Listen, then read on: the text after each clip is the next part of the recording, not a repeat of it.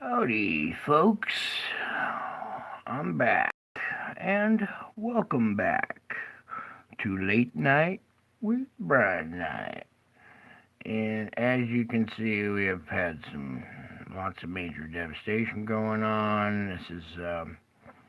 This is all stuff that's happened recently here. This isn't just uh, I mean, the last day, but this has happened over the course of the last year or so. All these disasters. This is all stuff that just never makes the headline news. They never show this stuff on the news. They always politics, always diversionary tactics and stuff. Shooting here, shooting there. Oh my gosh, drama. Meanwhile, people are dying and all hell's breaking loose and they're covering it up. So we're just gonna start with that and come over here to our solar report. How's everybody doing tonight? Guess what? I'm still alive. Another day I survived. Unbelievable torture and mayhem, chaos. You guys will see. Anyways, anywho, where is my pointer here? Was it quite all that ready? Alright. Let that loop play for a little bit there. Let's slow this down just a tad bit. Alright, there we go. You can see this is May 8th, 2023. Okay, we just stepped into the 9th. So this was earlier today. This is today's solar report here, and let me just kind of do a few adjustments here. Not leave it right there, I guess. Alright, that's a little better. Anyways, I'm glad to see everybody here tonight. Thank you for staying up late, and we got to do this stuff late at night, because this is just getting too disturbing for, this isn't for kids. This isn't even for adults. This is for mature audiences only. Anyways, let's get started here. May 8th, 2023. And we'll begin at the start of the loop and go frame by frame. Oopsie, I missed it. I started reading the chat. Okay, you guys chat away. I'm going to start this here. I just thought I saw a question. What is it, Brian? Hi, Jimmy. Okay, just kind of walk through this here. Just see if there's missing data here at the end. No. It doesn't look like there is. Okay, so opening frame right here, 024. Okay, 024. Anyways, here we are with this huge blast already underway. You can make out our object right here, okay? There's obviously something bigger back behind it because you can tell by the spread, this three-dimensional spread, there's a bigger object that's really got all this kind of going on, I think. Boom. You can see our little main moon or whatever actually has a little smiley face on it if you tilt your head to the left. Here, let's zoom in on it real quick just so you can see this little smiley face. Couple more. One more. Thank you. Anyways, if you tilt your head to the left about 45 degrees, it has an eye, and a smile. And that's our object with a face on it. With a smiley face on it. Eye, and a big smile here. There's also a smaller face with an eye, and a smaller smile right there. So face within a face. Let's see, we can this and darken it for you guys. I did what there, but I think we're too tight in on it. Let's back out a little bit. Anyway. Well, it looks like an object coming out. Cute little smile on it. Almost looks like the avatar on my channel with a smile on it. That's odd. It's copying my avatar. Okay, let's move on. Then we have this secondary blast down here. Okay, you guys see this one with our instrument reacting to it. Let me get this back to where it should be and progress through this. Marching forward, always got to keep marching forward, you guys. No matter what stumbling blocks get in your way, trip you up, knock you down, back up and keep moving forward. That's all you can do is just keep moving forward. A little object streaking through over here as we have the secondary blast that's headed like more southerly towards the earth. Okay, that's not good. We have this object up here. Oops, let me get that back up a little bit. All right, you can see it coming out. You can see the object or the instrument reacting to it. Boom, boom, boom. And kind of the red stripe kind of goes right across the middle of this round spheroid object right there. Painting that, you know, the instrument's telling you that there's an object there. I mean, it's that simple. Okay, you can see it right there. Let's zoom in on this. Now, everybody, hold on tight. Okay. And here we have our round spherical object right here with what looks like a smaller little moon attached to it. Let's try the tint a little bit right here and also zoom in a little tighter.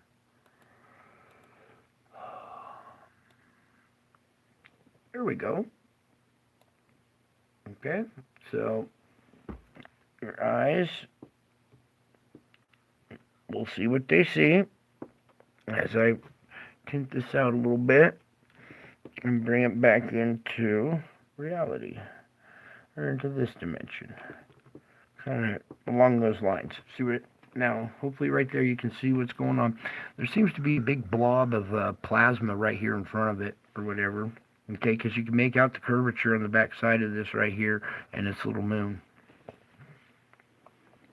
Alright, so there's that. Let's back out of this. Thank you, Lord, for giving me strength tonight.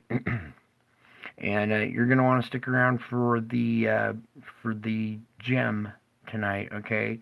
Go get your popcorn, do what you have to do at the mid-break here, and get ready for tonight's gem. And you're going to want some toilet paper for that one, okay? I'm not kidding. And I think you guys, some of you are paying attention to my channel and the things I post in the community. You'll see, you saw what somebody said today.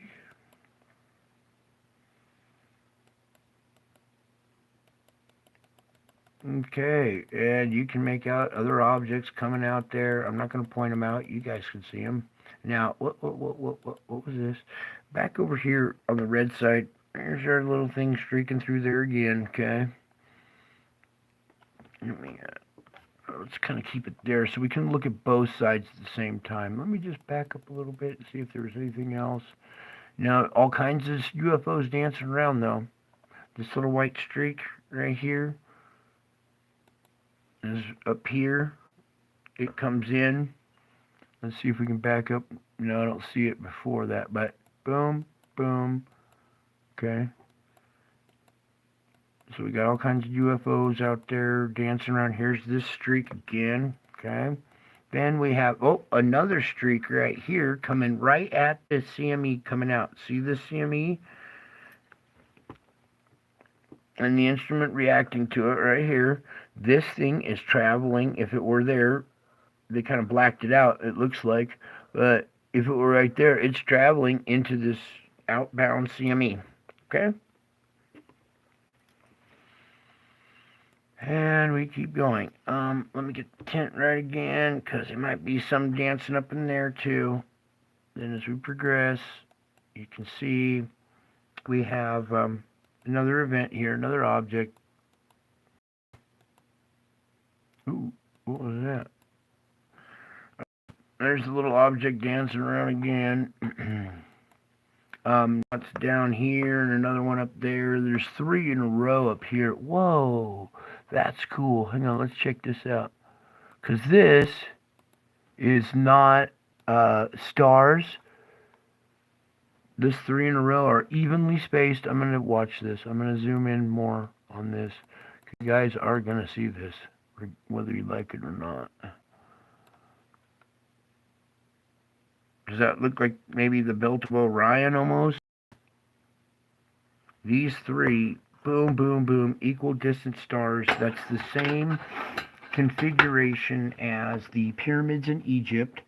If you guys did not know, when viewed from up above, like, let's just say a couple thousand Giza Plateau, looking down, the pyramids and all marks around it are all precisely located according to the Orion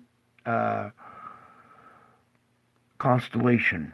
Okay, and there was a site that was one star in the constellation at a place they hadn't discovered that was under the sand, and they're like, oh, wait a second, there's a missing site according to the star map, the Orion star map. There's a site, like this middle dot right here, not this one, but say this dot over here. If this was Orion, this would be the one site that they hadn't discovered yet. So they measured it out, went out in the desert, located it, exhumed down into the sand, and that's what the Russians stumbled upon. I'll tell you later. Right now we're doing our space report, but see this is the UFO activity that I'm talking about that's out there. Okay, that's not a fluke. That's a sign. It's really small. That's UFO activity around the sun while we're having objects and CMEs at these end of times biblical days. Okay, now let's progress forward. Each frame we got to really examine, but I don't have time. Real light, you can't see it. There's another streak back in there. Now I got another object coming out over here. It's just like really, really busy, but if you can multitask, and you'll see both sides at the same time. We're going to bisect your and teach you guys to look one thing with the left eye, something else with the left, or with the right, like stereo vision almost. We have an object entering the frame up here and progressing down, but it's not a big deal. It's really tiny. I don't have time. Here we are towards the end of the day with the secondary or third blast, and this now at the closing frames. There we go, of the 8th. All right. Shall we sneak a peek under her dress?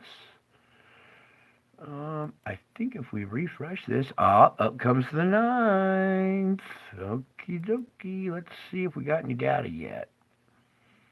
Oh, dog, look at this. So we are taking a sneak peek into the 9th already with another event coming underway right there. This one too. Okay. So, busy day on the sun, huh? Yep, just like my day. Busy, busy, busy. Okay, let's step away and come over here to the Solar Ham site and check out our X-ray flux here. Please, Lord, let me zoom. Thank you. Oh, I said scroll back down. Pull it over. There we go. All right. Hopefully that's tight enough for you. Now let's go in a little more, because I need you guys to see nice and clear. All right. That looks pretty good. Yeah, I'm trying to improve my video quality and audio little by little here. Here was our long duration event that peaked at the beginning of today. Okay, that's what we peaked at last night. We got a little glimpse of this event last night. Then here's the course of today. All those objects that I showed you, just bam, bam, bam, bam, bam, bam, bam, bam, bam, bam, bam, bam, bam, all causing CMEs on the sun. Okay, here's another good spike right up there. That's pretty strong M class. Okay. Then a couple more spikes after it, and then you can see right here, this last little spike is the one I just showed you. We took a sneak peek, right? That's these ones right here happening as we speak. Maybe we will stay zoomed in like this. Oh no. Oh dear. So we are having a huge absorption of, event right now at both poles. Okay, you see this solid red across the bottom. We're lucky it's not a red target like this over a certain country. Okay, this is the energy getting diverted from the to the poles, and the intensity level of it is off the chart. Okay. Oh dear, we are in the middle of an event right now. Let me just refresh this to make sure this is as current as possible. It is. I'm sorry, folks. That is current right now. I just refreshed it. Wow, we are absorbing quite a bit. Sorry, I should have zoomed out, but I want to just stay zoomed in here. May 9th, KP. See, I don't think they really expect this. See, magnetometers, the KP level, probably going to have a big red spike here pretty soon, I would think. Oh, maybe not. Wow, what? Come on. If we're having an absorption event, these auroras look really weak.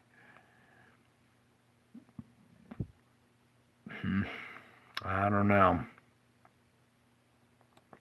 Maybe that's current. This stuff hasn't gotten here yet. Yeah, exactly. This is, I don't know, dude. That red tells me otherwise. Look, I'm not going to yank your chain right here. Come back here with this other site right now. Oh, wait, we are there. Oh, back out of this part. There we go. Where was I going again? Oh, yeah, right here. This red and this red, it's being diverted to the poles right now. So right now we're getting hit. It's absorbing. It's getting diverted to the poles right now. Pretty intense. This probably the other one, the Aurora instrument, probably hasn't caught up to what's showing on this right now. Okay, we'll have to go deeper into this later. This is quite a blast we're absorbing. Okay, let me back over here. KP's looking okay. I expect probably a big spike here in a little while, even though the auroras look low. Let's open up the tracker. Oh, look at this, you guys. Ah, I'm sorry, I gotta step away. I just got sick to my stomach. I'll be right back.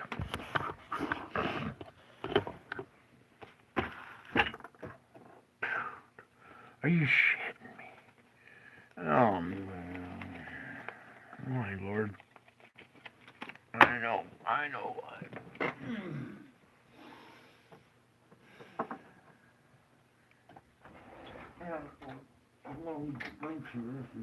This is no joke.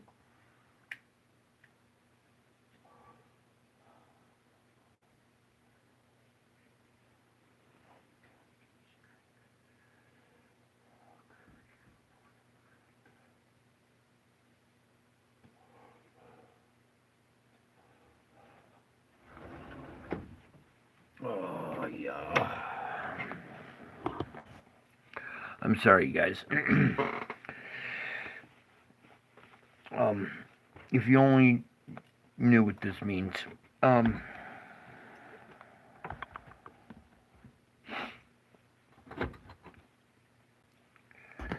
Well, we're going to have impact again at a big level, okay? Let's just say that.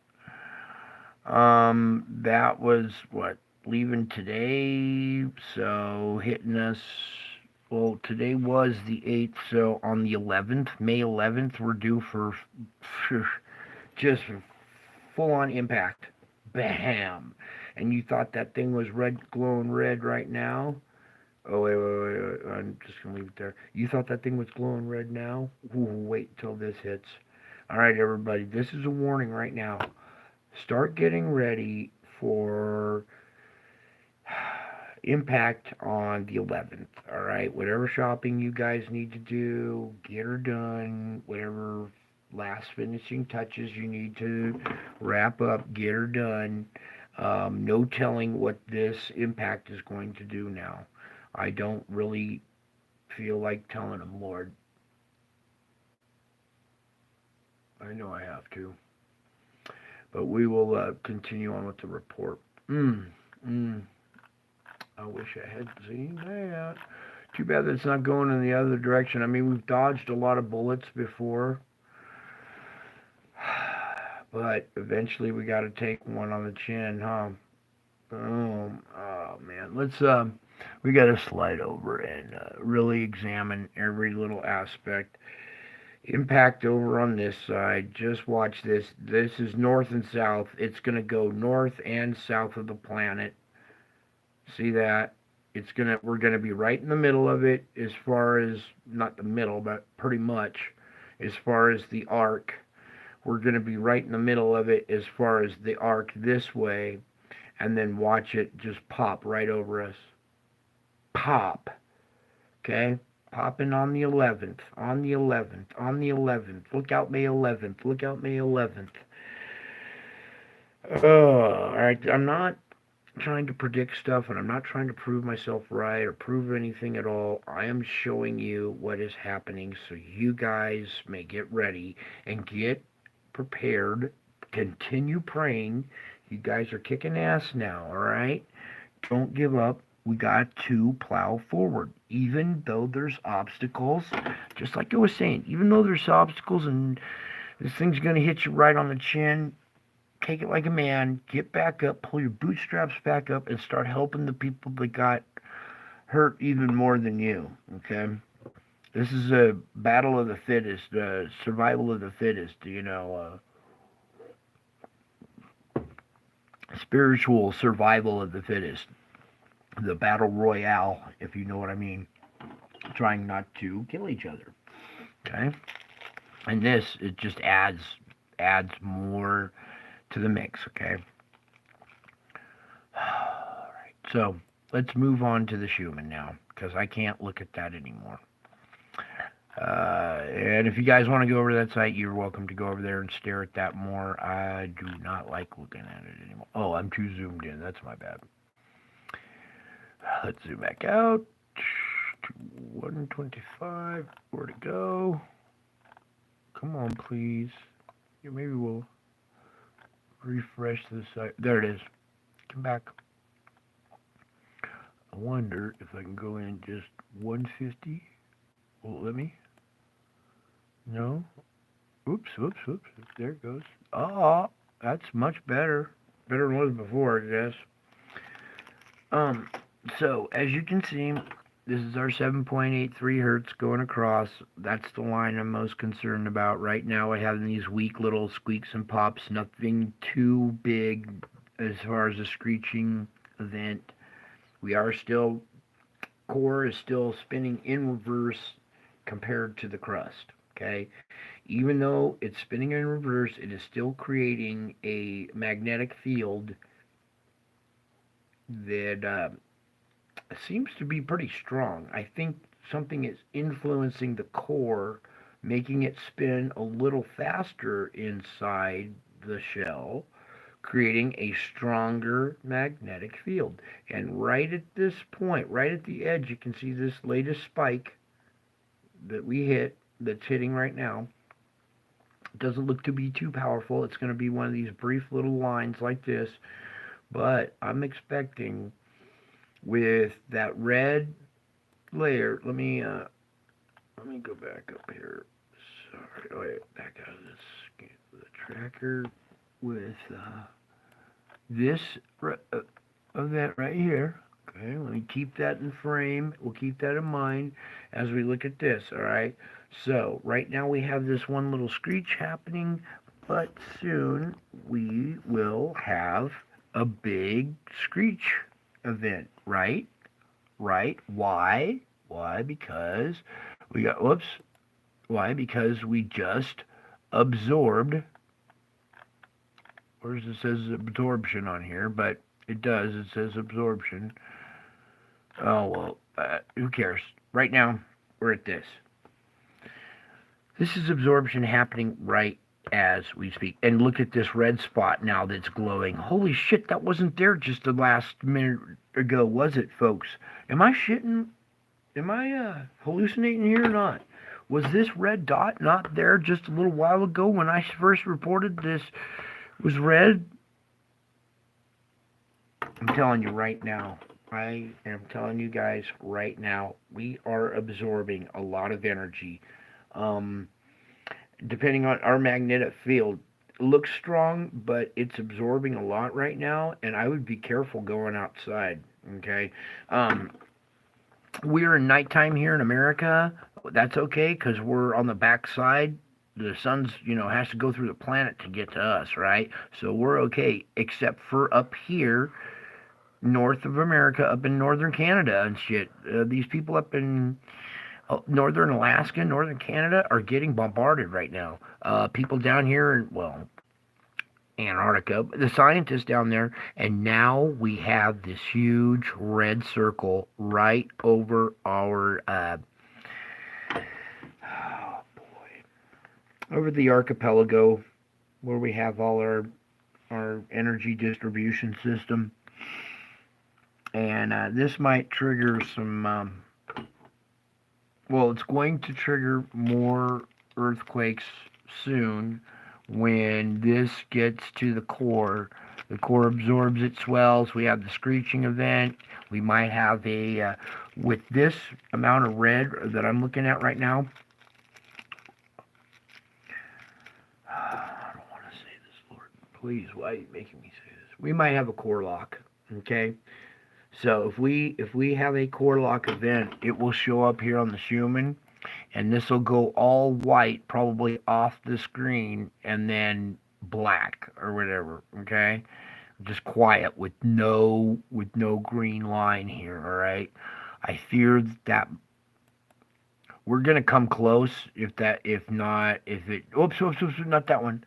We're gonna come close to something like that happening, especially with this intense. This is R2 moderate radio blackout right now. Well, for us, it's it's R8 or whatever over here. They're having full on radio blackout right there right now, and that's hitting China, by the way. So if they're trying to do any kind of communications militarily, I'm sure they're having some some disruptions right now, stuff that they can't deal with. They got some technology and stuff, but I don't think they can handle this much power. This is raw power that they can't outgun or out amplify. Frequency wise, you can't take a frequency and amplify it stronger than the sun just did to their. It just punched them right in the face. Mm. Remember, I was saying taking one on the chin? Look who's taking one on the chin right here in a big way. This is if this continues, if it's a long duration event, it will travel across this way. And look, we are last in line. It just went dark here, and we have all this area here still to go for this to calm down and mellow out. Now, right now, I'm going to tell the 21 people that are in here right now, every single one of you prayer warriors, start praying for this right now. We don't have to take this. We can fight this. I need your help. You and me working together is perfection, okay? I need perfection, guys. This is a dire situation, dire straits, and I want your prayers to be dire. Okay, we change the weather, right? We can change this. This can diminish by the time it hits the East Coast and it doesn't fuck everything up. It might screw up Europe and this area as it travels. Okay, imagine this red dot with the yellow, the whole thing, this whole blob just traveling this direction. It's all right. I gotta switch to my broken arm. Alright, we're gonna go that direction like that. and eventually it'll come here, hit the East Coast. If it's really strong by then, we could have R2 moderate radio blackout to R5 or whatever, okay? So, I'd recharge your batteries. I would get everything prepped for a possible blackout, maybe too, as well. Not a too long a duration one, but a possible blackout. This could possibly do a little shimmy with our grid system. Okay, you guys got your backup generators, your power, get gasoline for your generators and stuff. This could also kick up some storms as well. Okay. Oh boy, this is a lot, Lord. Thank you for your help. Answered prayers. I say a prayer every time. Give me strength to report this, Lord, because I can't do this. And you're hearing him speak right now because Brian can't do this right now. He's not.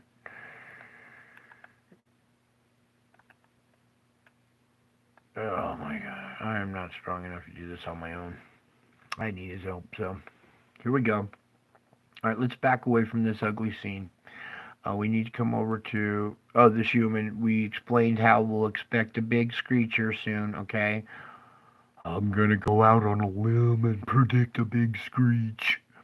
No, I'm not going out on a limb. I'm telling you, there's gonna be absorption. We have absorption. There's going to be a reaction. For every action, there's an opposite and equal reaction. There we go. Let's just put it that way. When you understand those concepts and how they apply to every realm of physics, from geophysics to terraphysics to astrophysics to metaphysics, every action has an opposite and equal reaction. The term holy means being whole, both negative and positive, fighting to be positive, okay? Because you got to accept that there's some issues in you and everybody in society. We were raised that way, okay? But I'm gonna straighten that shit out. Anyways, I didn't mean for you guys to see this, but since it's there. And here's the tip of South America. Let's just zoom in here. Okay, I want you to get a good reference. You saw when I took the winds away, the tip of Antarctica and the tip of South America, these straits right here. The straits are in the purple band. This purple is extending up the coast now, and so is the yellow and the green. This boundary, the blue boundary line, is getting shoved up closer because we are shifting. The sun is shifting more towards the northern hemisphere. It's going to draw this flow further up. It's going to not break this barrier, but it's going to take this blue barrier up above. Sorry. Back to where I was. This whole red and orange band right here is getting shoved northward as the planet tilts down, right? The planet underneath is tilting down. The sun is hitting more the northern hemisphere like this, like that. So this yellow stuff is going to creep up. It's going to push this blue band up, and it's going to draw this band up. As it draws this lower band up higher, what do you think is going to happen to this? I just want you to think what happens. You see this? Let me pull back. You see the thin blue line going around this whole big monster? What do you think's going to happen here as we go further into summer, their winter? Okay? This will expand further north, right? This blue barrier is going to travel further north. It's going to allow this to expand further north, growing bigger in diameter as far as from here to here, okay? As far as from edge to edge. You see where the blue barrier is here and the blue barrier is here? It'll probably push all the way up to that. And we will have one big pink circle here on the bottom of the earth here. It's almost there. I mean, realistically, look at it. It is almost there. It's, Oh, give me an estimate. I'm gonna be generous here. Okay, I'm gonna be honest with you guys. You see the blue ring, right? That's our boundary. Okay, and I'm talking the whole rotation here. The whole rotation. It's really thin. The yellow boundary and the green boundary are really thin, especially from this angle, right? You can barely see them now that it's rotating, right? You can see the big pink circle and the blue barrier. Um, how much percentage of that circle do you think that whole vortex is taking? 90%? 95%? Class, I want you to give your best estimate and type in the chat here. Let me give you the best perspective on this. I didn't mean to show this to you, but now I'm going to have to cover this. The Lord wants it, so. Yeah, 95. That's a good answer. Let's see anybody else. Let's just give your best estimate. You know, you don't. You're not going to fail this test. All right. This is just your best estimate as to how much percentage of.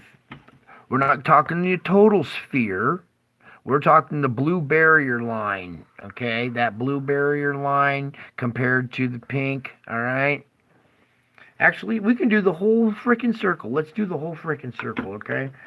97. Yeah, that's a little more like it. I would say 97%. 97%. 90. Okay, that's good. That's at least 90. I think we can all agree at least 90. In upwards of mid 90s to 97%. I mean, just because this little patch right here ain't pink, it's just because it's not rotating as fast as the coloration means the wind speed. Okay, in this color graphic here, and it's kind of blinding the camera. Let's get the rainbow. Let's taste the rainbow. There we go. Now you can get a really good perspective on our gap between the blue barrier and that pink zone. All right. So if we're say 95 to 97%, that only leaves 3 to 5% left to go, doesn't it? And we're not even close to the middle of summer. They're not even close to the middle of winter. I have a feeling this is going to get out of control here. It's going to start to affect the weather really bad here at South America that's in the flow, okay? Even though the southern tip of Africa isn't in the zone yet, okay? Let me get just right up in you, okay? But it is right at the green barrier. You see this, okay? What happens when this expands to the 100% up to the blue line? The southern tip of Africa is going to be caught in this hellacious, huge vortex, okay? As we come around here, uh-oh, what's going on? Do you see it's already affecting Tasmania, New Zealand, okay? And look how close that purple and pink is to the island of Tasmania. All right, whoops. Okay.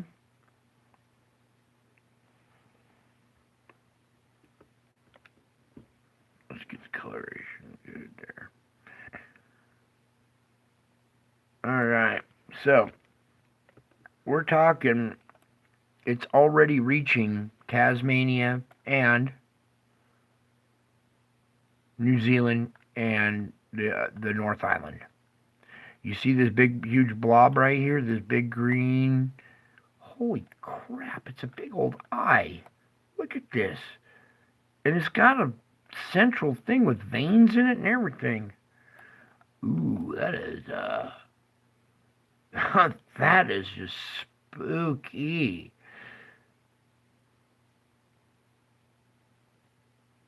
Can I tell him? Sure, why not?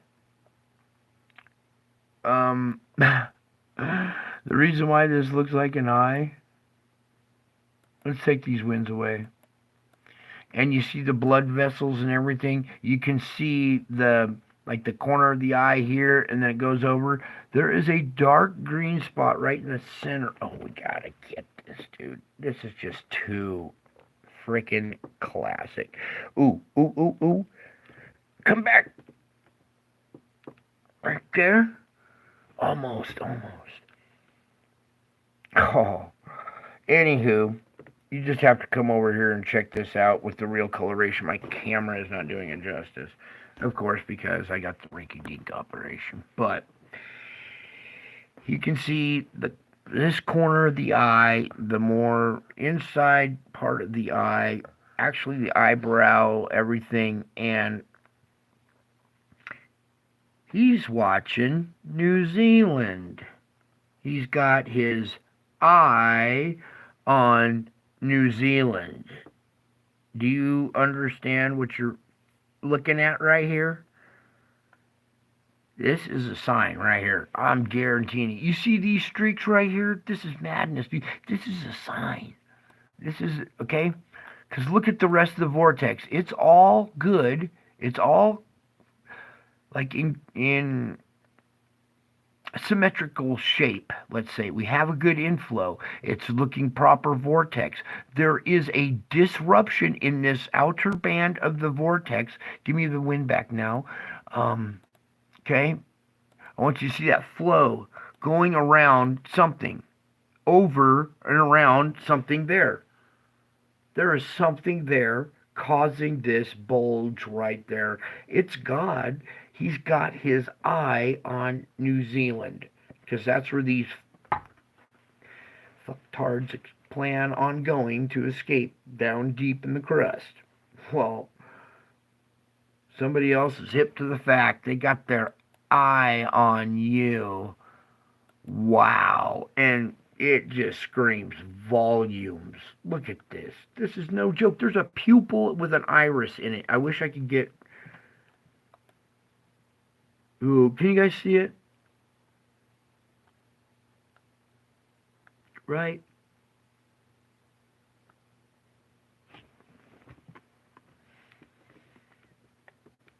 Oop, oop, oop.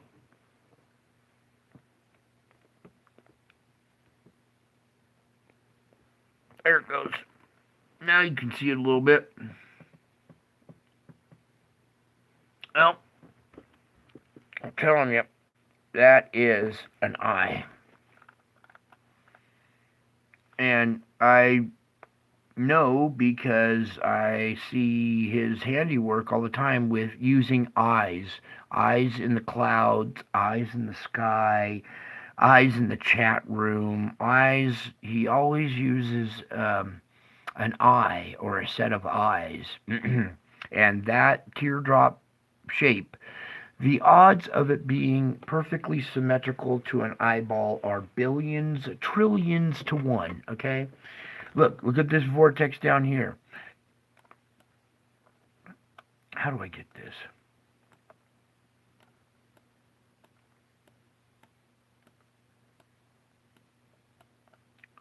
Oh, wait, I want to go.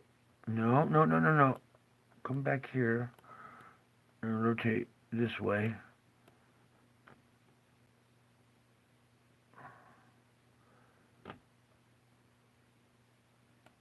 It's two eyes and a smiley face like my avatar. See the blue line? It's like my avatar in reverse.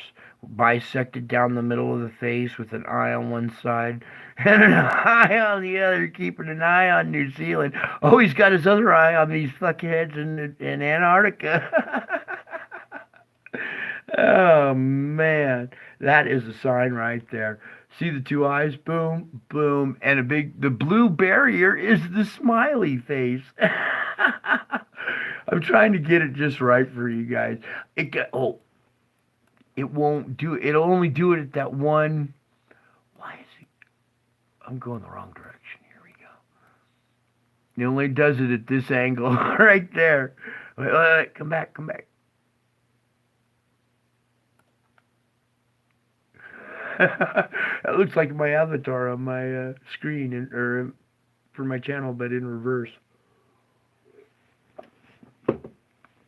Anyway, let's back out of this and go to the non-existent polar vortex up at the top of the planet.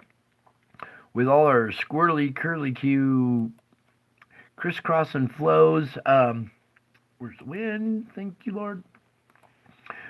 Yeah, let's just pull back and take a peek at the wind patterns, the direction where our vortex is like missing and where it's going.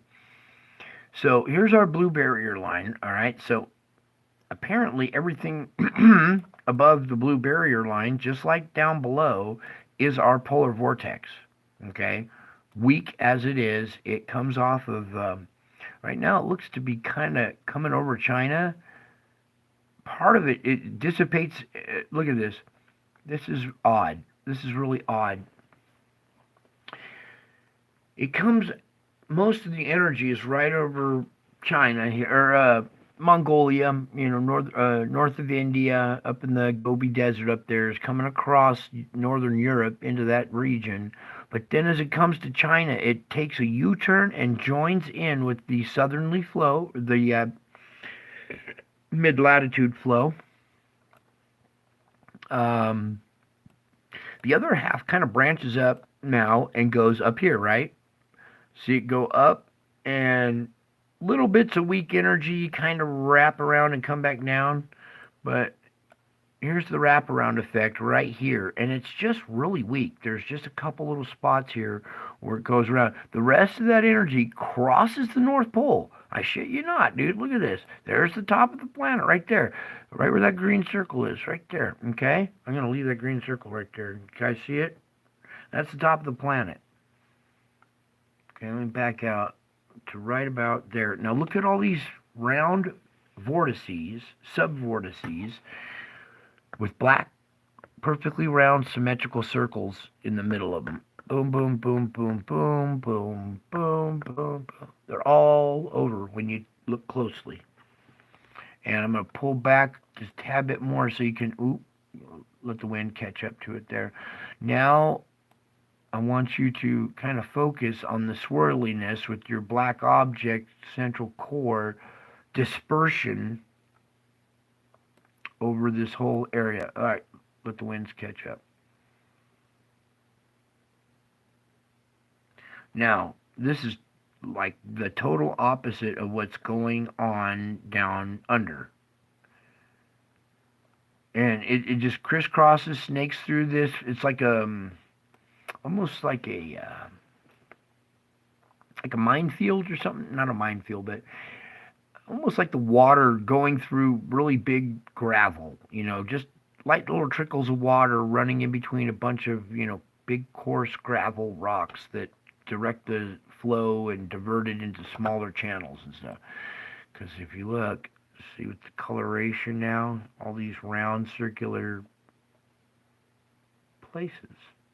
And then when the wind comes back on, they're all vortices. So, let's just let that be what it is. Anyways, this flow is coming together.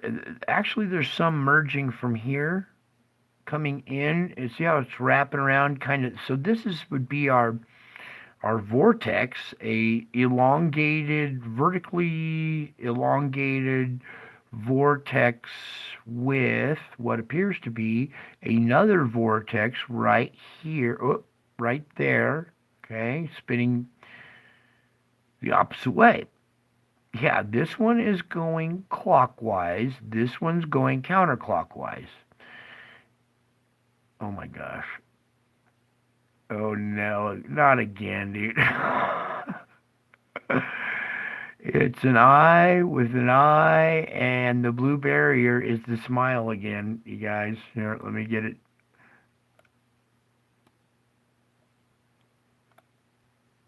Oh, look at these two little things were nostrils. Might take the wind off. Do you see these two little black dots here? Go a little closer. Yeah, right here. These would be the nostrils in the face. So up above are the two eyes, the nostrils, and the crooked smile. Just like my avatar. Can you guys here? You see those dark little patches right here? Those are nostrils in accordance with those rotating eyes. The eyes are counter rotating. These nostrils are here, and there's this big blue grin. So it's a opposite mirror reflection of the smiling face down here. So we got two smiling faces on the planet. This one has the one big eye that's just rotating. Ooh. Kind of like the big eye on my avatar. But then you come up here. And it's very faint, but you can see the eye. You saw the nostrils right here. And the blue barrier is the smile. Okay? It's me laughing inside because I know it's coming. And I've already been to hell and back, so I'm not afraid. In fact, I'm in charge down there. But check this out. This is quite the effect, and we still got lots to go. Oh, I need to apologize for my last stream. I was trying to do my reading and plugged in 100% battery, plugged into the phone still, and it just died when it did. I don't know why it died at that timing, but for some reason it sure did, didn't it? Anyways, I apologize for that because I always like to wish my audience, blessings and everything before I go. And that reading was going to be important. I think I pulled that note aside. We'll find it again. I'll find it for tonight. We got to boogie through this because I don't want to waste time. You see the SO2. We don't even need to go here. Where I need to go really quick is, okay, look at America. You see our central or southern part is breaking up these patches of blankness now. See that? That's good because that was all dark purple before. So some patches are starting to come around. You know what I'm saying? Up here, they're still screwed, okay? You know why. Okay, I'm not going to spell it out anymore. It's well known why. Okay, here's our patch over San Francisco and still extending down in the Bay Area. We come over to Wahoo. There it is. Come here.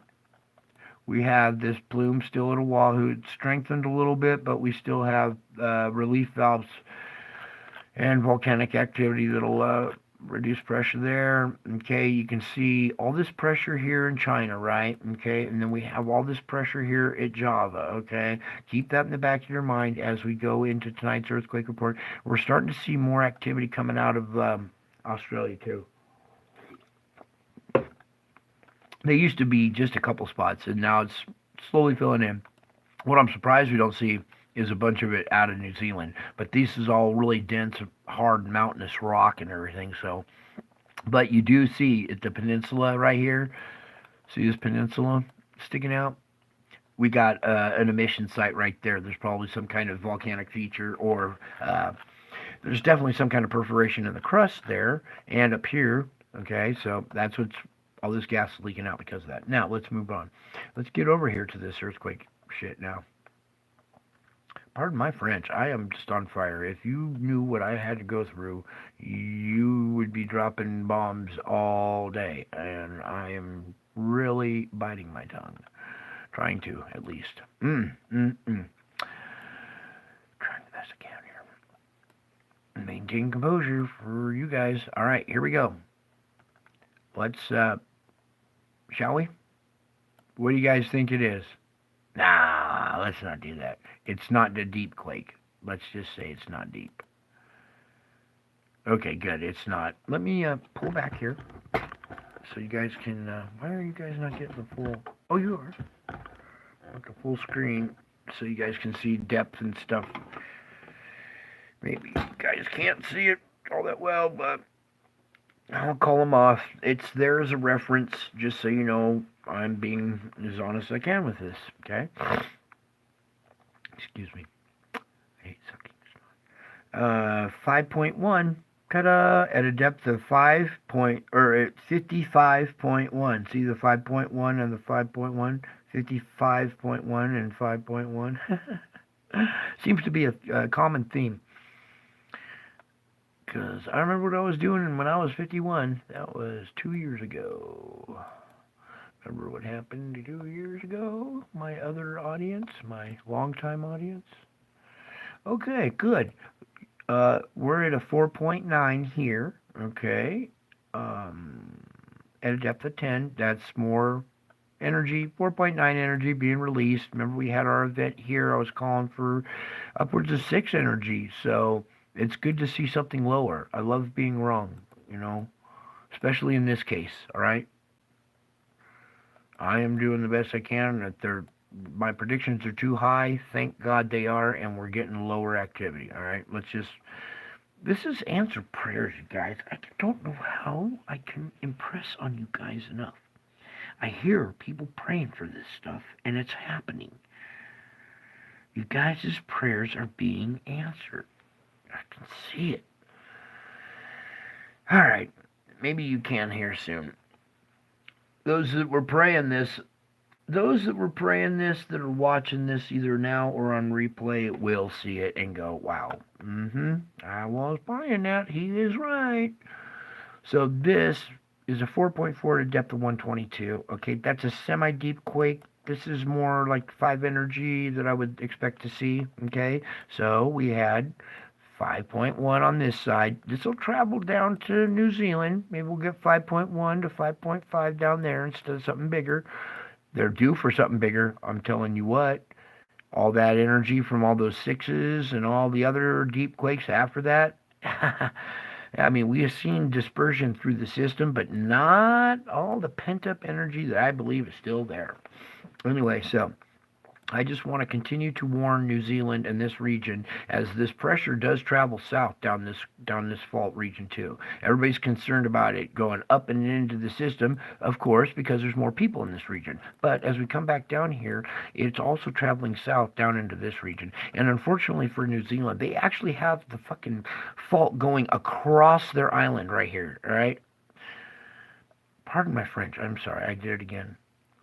You see, it broadsides this island, or skirts this island, and you can see the shelf work coming down from the surface, from above the surface of the water, going shelf work down to the ocean floor, the deepest part right here where the canyon is, and you can see our fault. All right, it almost looks like you see this zigzag crack right here, right there, that zigzag crack. Let me get deeper in this.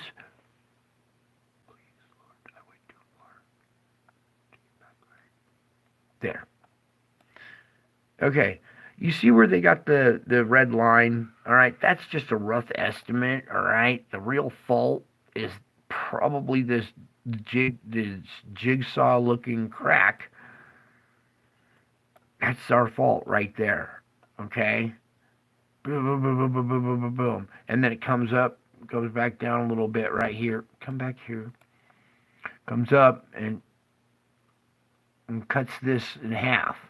It actually cuts, it looks like it cuts right here. See this line, it might be offset a little bit. You see this more defined region right through here, this canyon that I'm pointing out with the tip. Let me go just a tad bit. This canyon right here. See how the fault comes right here? I believe at this point, it doesn't cross mountains like this and run underneath. It comes down. Look at the geographic featuring showing you. Because look, here's our zigzag thing coming in and connecting right here. Look, coming in and running right down this trench. See here, it connects back up with it. Or actually, it looks like it more takes this route right through here, because that is really deep and sharp and defined. It comes right up like this, does hook into this. Okay, let me pull back. So you see our zigzag line coming up, goes up a little bit, hooks this shelf, comes in. See this little cove? See, here it is right here. See, comes off this, goes up, runs the shelf, goes up right here, down, up, down, and then comes in to land right here at this beachhead, right in here. Okay. Then go back. You can see it runs right through here. I believe this is our fault right here. Whatever they put is their line right through here, but this line runs through strange, thick mountains and everything. Geologically, faults are more like weaknesses in the crust right there, and that's what I see. Okay. In fact, you see the zigzag line right here, okay? It actually has a sub-fault network right over here, okay? But it travels up this little shelf right here, okay? So, the energy is going to come down from there, come into this little area, bam, bam, either offshore or right there. You're looking at 5.1 to 5.5.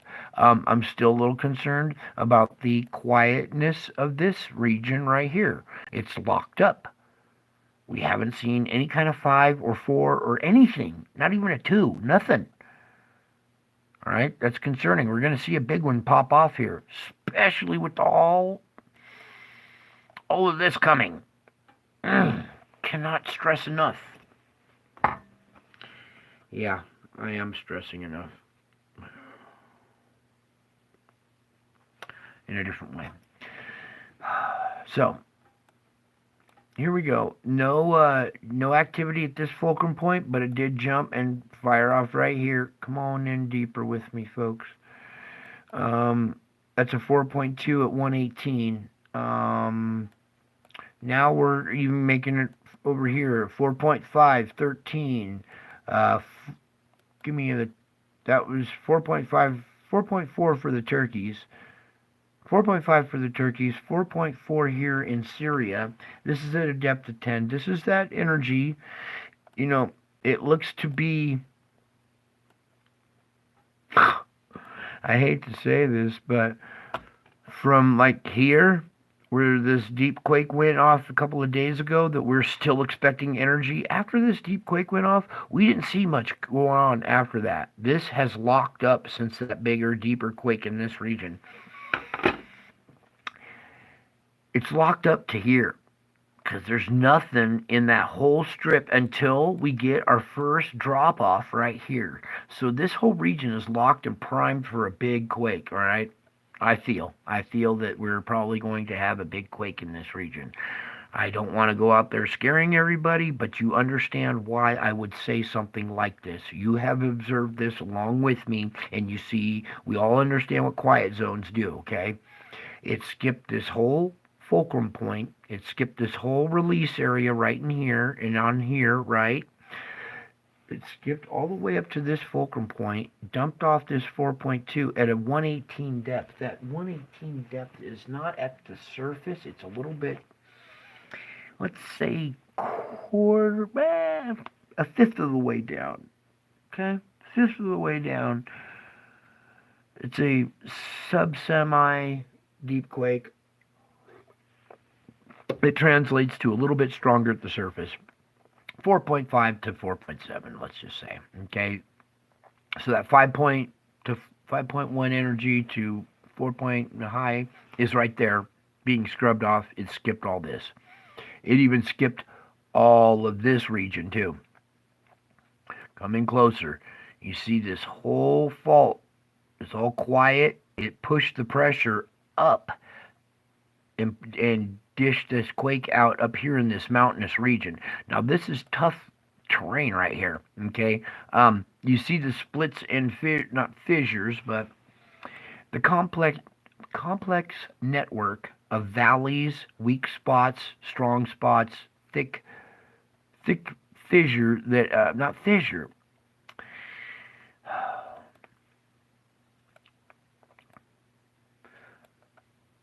Here's the Gobi Desert right there, okay? And there's desert on this side. There's this mountain range big hump right here in between, and it's dumping stuff off there. It skips this whole region, all right? It didn't dump off any quakes in there, and then bingo right here with the 4.5, that told you the mid-range 4, and mid-range 4 again, okay? Look for it to come over here and hit Italy with a mid-range 4. It might hit Greece along the way with mid-range 4. You're going to see maybe more activity or over here in Israel. It might go down into this little network, dumping off 4s, mid-range 4s, okay? So that is that part of the world. Let's come over to the other side now. So since this 5.1 at Tonga at a depth of 55.1, the pressure pushed over here and put out a 4.4, okay? This is a deeper 4.4. This is a 236 depth, okay? And it's deeper in the mountains. It's not on the weak area. This is not a scrub off. This is a deeper quake that is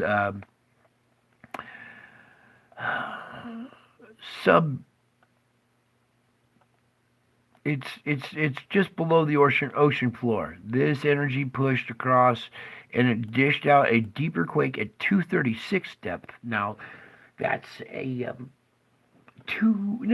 let's just say 2/5, maybe a little bit more depth down, okay, at our pinnacle point, at our focal point, okay, just off the fulcrum point right here. That's close enough. Take that. That counts right there. It sure as hell does, okay? If it didn't, I would say so, but it does. That's your 4.4 to depth of 236. Might trigger another smaller quake at the surface, an aftershock, or something a little bit stronger because this is down lower and it translates to stronger at the surface, but not necessarily in a dense mountain region like this. You see all these pressure waves that have built up and pushed up here from all the pressure coming in and pushing up this land. All right, these are all ripples. Imagine you take the land is like a sponge and you crinkle it up and you see the wrinkles in the sponge when it crinkles up. Okay, it's because all this pressure has been pushing like an arrow. See this arrow shape has been pushing inland like this for millions of years, creating mountains along the way. And it's a beautiful display of Mother Nature, really. Actually, Father Nature. Everybody's got it wrong. It's not Mother Nature. It's Father Nature. Get it right. Get it, got it good. Next.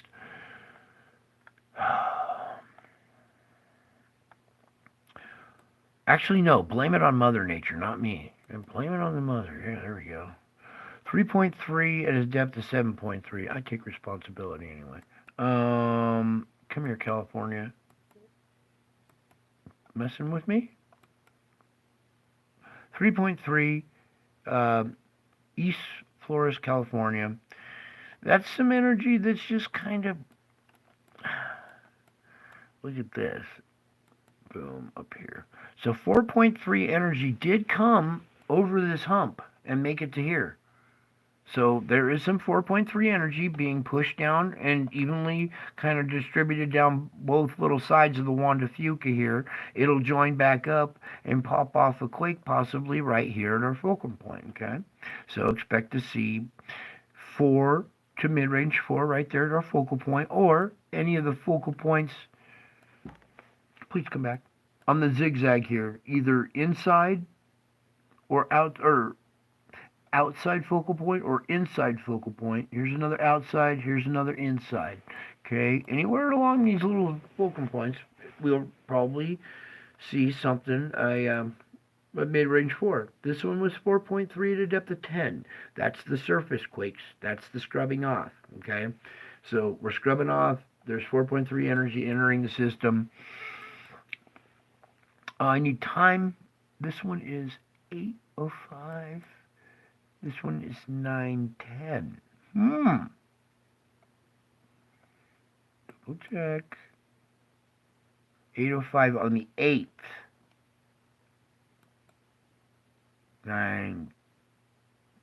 10:06 on the 9th. Okay. One more time. Yeah. 8:05 on the 8th. and 9, 10, or 10:06 on the 9th or the 8th. Oh, anyway. So it appears that this one happened afterwards, I believe. I gotta get this right, dude. Why am I not seeing this right? My eyes are crossing. 5, okay, 8:05:24, 8:05:24, 9:10. Oh, so this one happened before the pressure went up, because that's later. Or this has rounded the corner and we haven't seen any distribution here yet, and this is just something residual that may have come up from the south due to this, because we get pressure coming in both ways. 4.6 at 83. Ooh, wait a second. 4.6 at 83. Yeah. Let me take a peek back at this one. I think what happened here is, yeah, this is on land. It's right on our weak is it water or land? It's on land. Good. It's right in that weak zone. Right on. Okay. So what happened here? This is at a depth of 83.4. Okay. It's a little bit deeper down underneath this beach, down in that wet zone down in there. Okay. That slippage sure as hell pushed. Yep. It pushed up. Let me get a time on this one real quick. I'm almost sure. 19. No, that's not correct. 19. Opposite. Well, I guess I was wrong. I'm glad I double checked this. So, this is not energy pushing up to here, because this quake happened after this one. So we're having sporadic quakage around this area. It doesn't seem to be following its either northerly or southerly path, direction, time, sequence, timeline. Not matching up. These look to be a little more speckled and random and not in such a sequential order. Okay. So that's a little disheartening. But we'll take it. It's still releasing energy. That's a 3.8 at Hawaii now at a depth of 32. That's good. We're seeing energy being released at Hawaii. Okay. I think we can wrap up the earthquake report. This stuff up in Canada or up in Alaska is a 4.0 at that like apex point. So 4.0 energy. That was at 2040. That's after this. Huh. So, I don't know. Let's not go there right now. It's just random, it looks like right now. This quake over here at Japan, too. 4.9 at a depth of 8.8. We're going to see more energy creep up this system and hit Japan. Ooh, dark shadow. Whoa. Okay. We might have to shut it down here in a sec. All right, let's move on. You know what I need to do is just get to this weather forecast so I can step away anyways. All right, here you go. We're going to put this loop going, and I'm going to step away for a minute. And I suggest you guys either, oopsie, watch it closely. We'll go through frame by frame or whatever. It's not as reliable anymore, so we can't dedicate too much to this. But let's play the loop, take a bathroom break, smoke break, do what you need to do, go get snacks.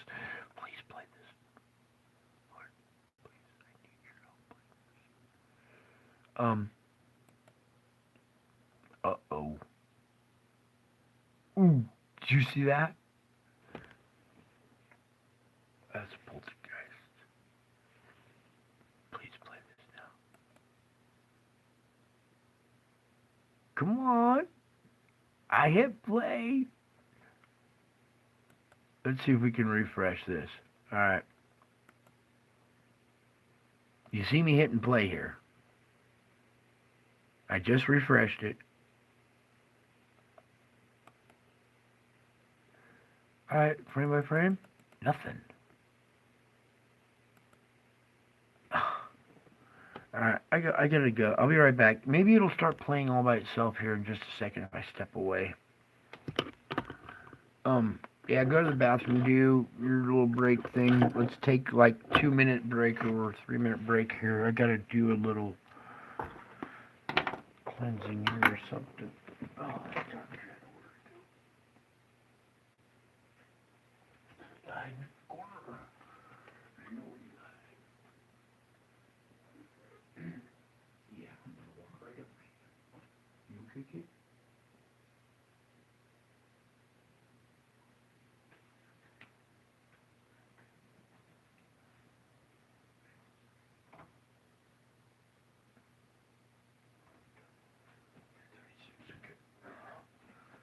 we gotta wrap this up here pretty soon. Shit, I need to do the gym.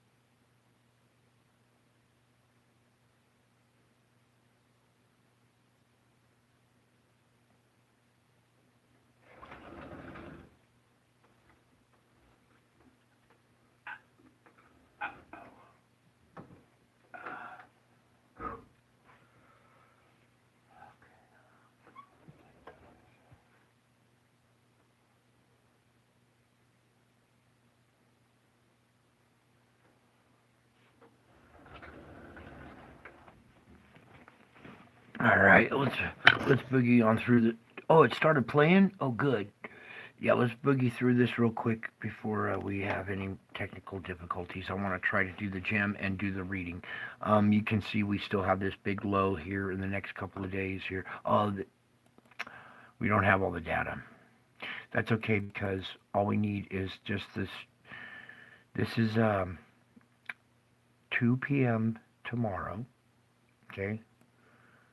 Uh, Stuff firing up down in southern Texas coming in. Okay, it blossoms at the end of convection here. Let me pull this up a little bit better for you guys. And 150 and scroll. Okay, so this is the end of convection tomorrow. Okay, the southern area of Texas and this area up in here. Okay, so watch out your weather. We also have residual moisture here. They're showing one little yellow spot here in South Carolina. Okay, so scattered chances here along the coast of Texas, going up into the Fort Worth area and Louisiana as well. Up here, southern Nebraska, northern Kansas. Okay. I need to zoom back out a little bit for you guys to I can access the instruments buttons. Pull it down though more centrally in the frame. Oh, come on, please, Lord. Thank you. Right where the buttons I can use them. Come on. There we go. So that's the end of convection on May 9th, right there. Then through the night hours, this is like 2 a.m. up in Kansas up here, okay? This red dot up in here, and on the south side, on the back side of Texas here, as well as off the coast of South Carolina. This will be 7 a.m. and that's all we got. So unfortunately, they refreshed all the data, and that's all we got. So that's it. Venture Sky, real quick. Let's go over look at live radar real quick. Pull it up, please. Radar. Let me just refresh so it's not old. Okay. Ooh. Currently thunderstorms outside of Knoxville in Johnson City here. Okay. What I'm more concerned about is this area back here blossoming later on today, and this stuff right down here that's already underway in the middle of the night here down by San Antonio. Okay, see these thunderstorms right here growing? Back behind it is another little pod here that could possibly blossom. Okay, this is overnight right now. Okay, this is the current conditions right now. So they're going to have thunderstorms throughout the night, and this residual moisture. You see the direction of the wind. Okay, the flow. And these thunderstorms, this branch right here that is offshore, let me pull it up a little bit better there. There we go. Okay, now that's hitting the southern tip of Texas. All this stuff is going to wrap around and hit Corpus Christi, this whole region right through here possibly, okay? You see the wind direction, the way it's going to carry it, and as it blossoms throughout the day, we get to the end of convection, and it might be up in this region here, possibly Houston area, okay? San Antonio already has something outside of it already, okay? Up here, let's go into these real quick. This is outside of Springfield, okay? And we have a hail core at this, right, it says Nevada. Oh my gosh. Look at this shit. Nevada. That's where I'm at. I'm in Nevada. And right outside of Nevada is this hail core right here, in this intense thunderstorm, and a little pop-up one behind it with a hail core, small hail core. That's a pretty good size hail core right outside of Nevada, El Dorado Springs. Lived in El Dorado County, and now I live in Nevada. That's so odd. This right there, like that. Okay, but this pocket of energy is scattered right here. These independent cells, these are the dangerous ones, just south of Kansas City. And if we look at our wind direction, right now it's got inbounds coming in, feeding it a little bit, but it's also got southerlies coming up from Mexico. All right, back here, it's not necessarily moisture coming up from from down here, but it's coming up from not Mexico. It's coming up from Arkansas and Oklahoma. All right, so right outside of Springfield, Springfield, Missouri, here is this pocket of scattered, intense little small thunderstorms. And as we go in, like I said, a couple of them got little hail cores. There's one there, and one there. So you're going to have hail in the middle of the night here. Nevada, expect some hail. That's odd that it's right there. I didn't know there was a Nevada, Kansas, but I can see why, because we're a bunch of good old boys, and so are they. Back to our report. Also, this pocket, it doesn't have thunderstorms in it. Well, it's right here is a small little bit, these scattered ones. These red ones here, see this stuff? This is the popcorn effect that I don't like to see, okay? So, throughout the night, as we back out, this portion is alive, is still breathing overnight, and as we come into the daylight hours, the sun's going to hit that and cause it to blossom, okay? And we're looking at, a possible derecho, a big storm. You need to go over to Ryan Hall and look at his report that he did, so you guys will know what to focus your prayers on tonight, okay? And all day tomorrow, okay? For these people, I know Minneapolis has something coming to them. The whole state of Minnesota is Muslim now, so watch out, Minnesota. And you see this stuff firing up, or not firing up, but still hanging out here right off of the lake. Lake Superior here. See this southern little tip right here, or western tip? Okay, we got this residual moisture still hanging out in this area. You can even see a little band going here across. Okay, so it's got a little storm front associated with it. This is Ashland, just outside of Ashland. Okay, and this is more of that moisture. It's come back out. We pull back out. All right, now let's essentially look at. So we got moisture up in here. We got this big pocket back here. We also have this going on here. Let's go into here because this is something else going on. As we're speaking, we're having thunderstorms outside of Kingsport. Okay. Pull this up a little bit. Here's Clinton. Look. There it is. Clinton, okay, we got a hail core there, and Oak Ridge, just outside of Oak Ridge and Clinton is this boundary. See this defined boundary line right here? Let me, can I get the city stuff out of the way? Oh, wait. All right, there we go. Can you see the wind flow? The wind flow is going, kind of comes up to this front and runs this direction. So we have this this front, this it's not a derecho, but it's a squall line. Thank you, Lord. Squall line, and a preemptive squall line here as well, with thunderstorms embedded in it. See the lightning strikes here? Well, it's not showing them at the moment, but I just saw some lightning strikes in there. Okay, so as we pull back, as a reference, this is Knoxville, Tennessee. All right, so Dabu and everybody in the area. Also up here by Pittsburgh and Pennsylvania, and also over here, we have residual moisture in all of these areas that is due weather tomorrow. Okay, we got all these areas to pray for, and you can see down here, Texas, this is getting, you know, more organized there. Anyways,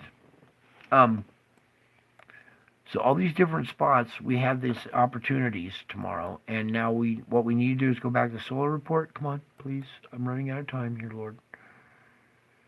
Oh my gosh, I hope we don't die again. All right, so go back. I hate it when I die in midstream. Please help me. We want to go back 3 days from today, this new coming day. So the 9th. 3 days back is the 6th. Opening up the 6th. So we'll see what to expect. Oh no. Oh no. Did you guys see that huge blast? That's this one. I remember this one. That was a few days ago.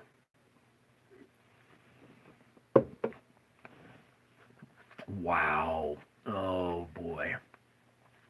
So we have a lot of inbound energy coming tomorrow. You see, that's the big disc one.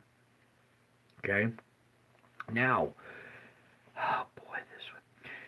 I believe this object has already arrived.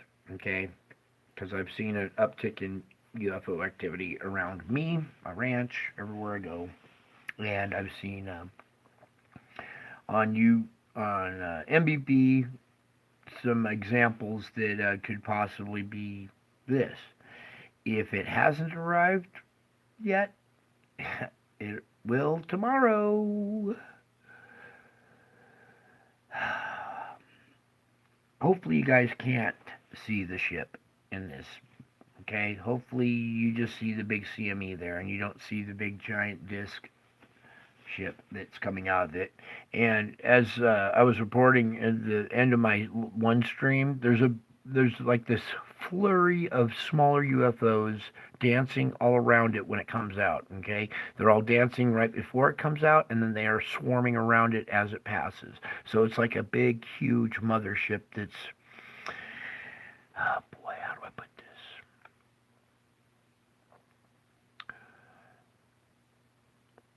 Let's get a freeze frame on it.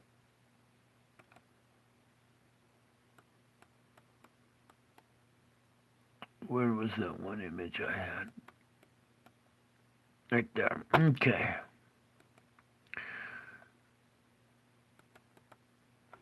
Right there's good.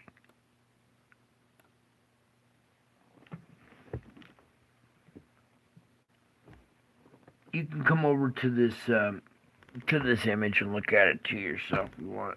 We're gonna zoom in just a tad bit. This red side always has problems, but we're gonna work through them because that's what I do best. Is I just keep going ahead and working it. We need in that dark zone in my camera right there too. All right, let's go in a little bit tighter. I think we can. Now that I've got that sweet spot up at the top of the screen here. Yeah. Okay. So you can see the swirling motion of this plasma, right? It's because this giant disk is spinning as it's coming out, all right? It's causing the swirling motion of of the plasma, all right? It has a magnetic field, super strong magnetic field, right? Because it's ripping stuff off with it as it goes. So this huge ship has a super strong magnetic field. And you can see the backside edge of the ship right here, and you can see the plasma striking the edge and illuminating as it strikes the edge. There's also some kind of protrusion in the middle of the ship that is almost like a stick sticking up out of the river. It's causing this streak and streaming effect off of the tower effect that's on the top of this disc. Okay, it's kind of hard to see, but oh wait. Maybe right there. I'm gonna try going in a little bit tighter. I guess that's the next level. Whoa. Come back here, Bets. All right. Now I think we've really captured our effect. Here's the backside edge right here of this disc, and you can see the plasma striking the edge and illuminating at the edge of this disc. It's really thick too. It's got a height to it. It's not like a slim, thin little disc. It's actually very thick, and it drops down and comes down in layers and in tiers as it comes up. And then there's something sticking up here off the top of it, almost like a castle or something coming off the top of it right in here. And you can see some of these protrusions sticking up or grabbing the plasma and causing it to streak back. Also, it's hitting the rim back here. So, hopefully you can't see that, because that's due to arrive tomorrow if it's not already here. Okay? And the whole swarm, see all these little speckled white dots in this image? You know what? Before we back out of there, scroll. Please don't cut out now. All right. This is the last bit of zoom I can get in there.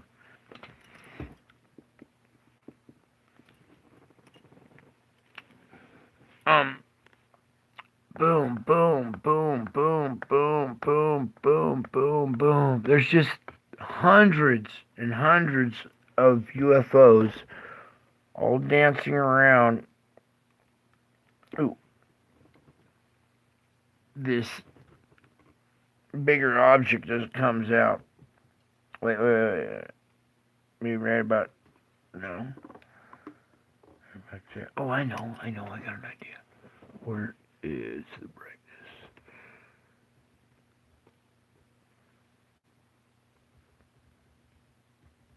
Oh, no, not all the way out.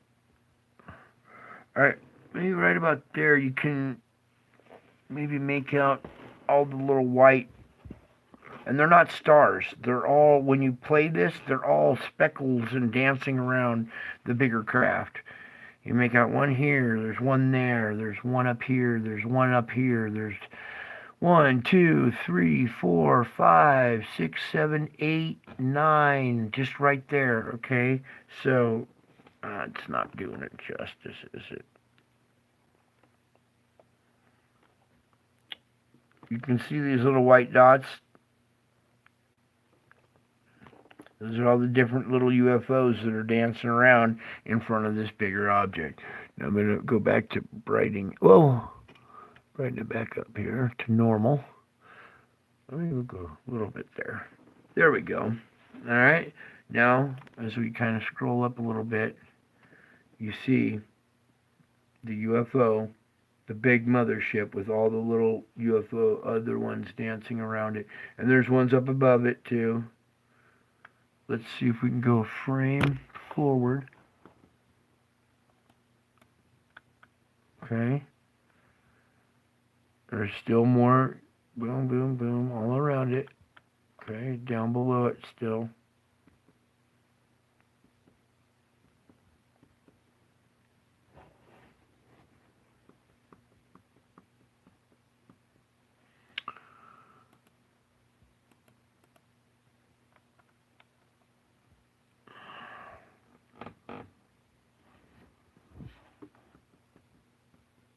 Okay, you see move out there?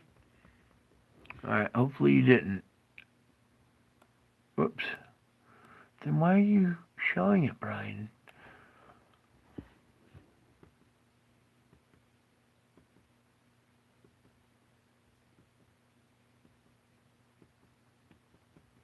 Because that's right the end there. You see all these little UFOs trailing it here?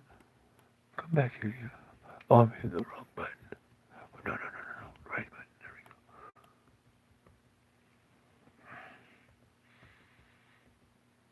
go. Alright, so pull this all the way over and go forward. Now watch the UFOs down here. The big mothership is past, but watch all the little UFOs that are following it.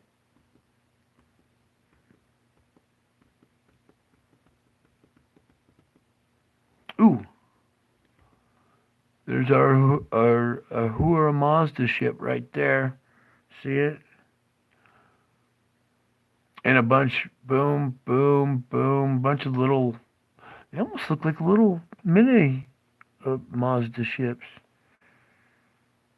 Anyways, you can come over here to this site and check it out, okay?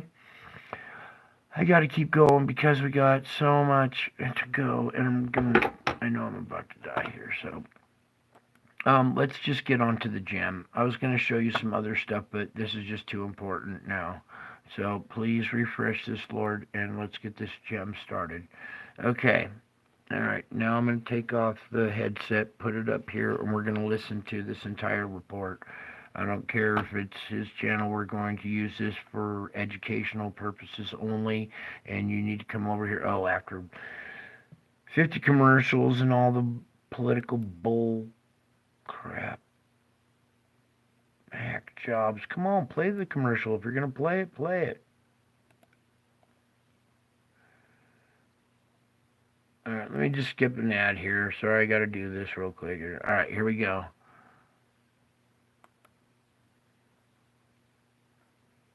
Really? What is going on here? Oh, I know. We got something else playing, don't we? Yeah. Alright. Chill for just a sec while I clean up a little mess here. And then we'll get to this report here by Ben from, come on, Lord, please. Oh, come on. Really? Alright. All I was trying to do was X out of my other thing that was playing music, Lord. Can we, Jesus, can we please have this back? You know how important it is. Oh, come on, please. All I was trying to do was X out of that one page so we could play the audio. Oh, here it comes back. All right, please.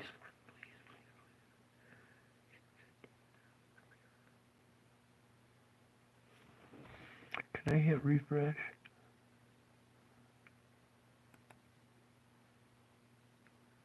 Oh, you know what I can do is I can X out of it now.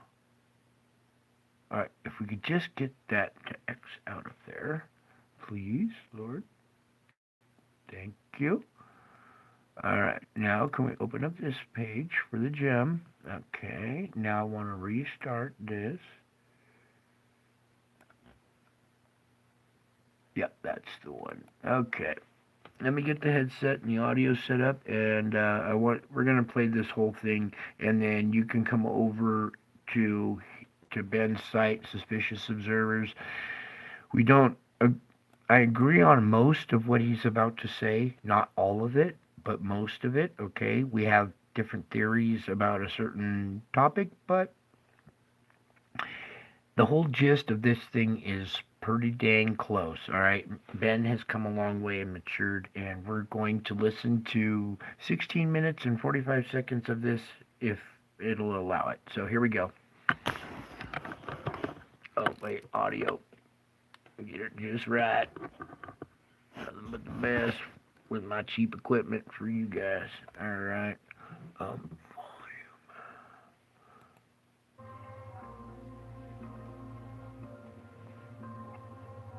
Remember the list that we made that came from Ben? This is going to explain the whole list. So watch this. Take notes. This is how I got all the information. Is this the one? Yeah, this is the one. He does a little opening here too. Earth enjoys long, quiet eras commanded by the slow grind of wind, rain, and geology. These periods are punctuated by a recurring catastrophe. We're coming to the end of one of these calm periods, and a disaster is coming. By combining millennia of evidence, centuries of study, and the modern capabilities of technology, we can answer the challenge to explain all the evidence of Earth's disaster cycle, and we have all the tools to track the next one. The Earth is about to do something it hasn't done for thousands of years. The magnetic poles are shifting. The strength of Earth's magnetic field is fading. There are magnetic changes throughout the solar system and on the sun. We're going to be showing you stories of this cycle of disaster that will visit us again soon. This story is told several ways, and here you're going to hear them all. We'll begin with the pole shift. It's real, and it's going to happen. In fact, it's already happening. There are major magnetic pole shifts every 12,000 years called geomagnetic excursions. There are even more minor events on the 6,000-year half cycles. The China event was just confirmed earlier this year. The most well-studied events are the last one 12,000 years ago, the Gothenburg geomagnetic excursion, and an exceptionally powerful one about 40-something thousand years ago, called Le Champ. It's the same for other events. You can find information on all of them when you search the science journals. This happens very regularly, and it has already started happening again now. The Earth began its magnetic shift in the 1850s, but it has progressed more since the year 2000 than it had in the 150 years or so before. The shift is accelerating, and will keep accelerating. These events coincide with major climate shifts in the past, volcanic events, and biosphere stress that results in the extinctions of species. After the scientific field went back and forth on this topic for decades, the conclusive study was performed in the world's #1 geophysics journal. These magnetic excursions take out several species and cause serious stress on the entire food chain through not only volcanoes and climate shifts, but extra space radiation, navigational issues with birds, mammals, and marine creatures. These shifts can happen very rapidly. In fact, if the next one happened tomorrow, it already wouldn't be the fastest one in history after having been ongoing now for more than 150 years.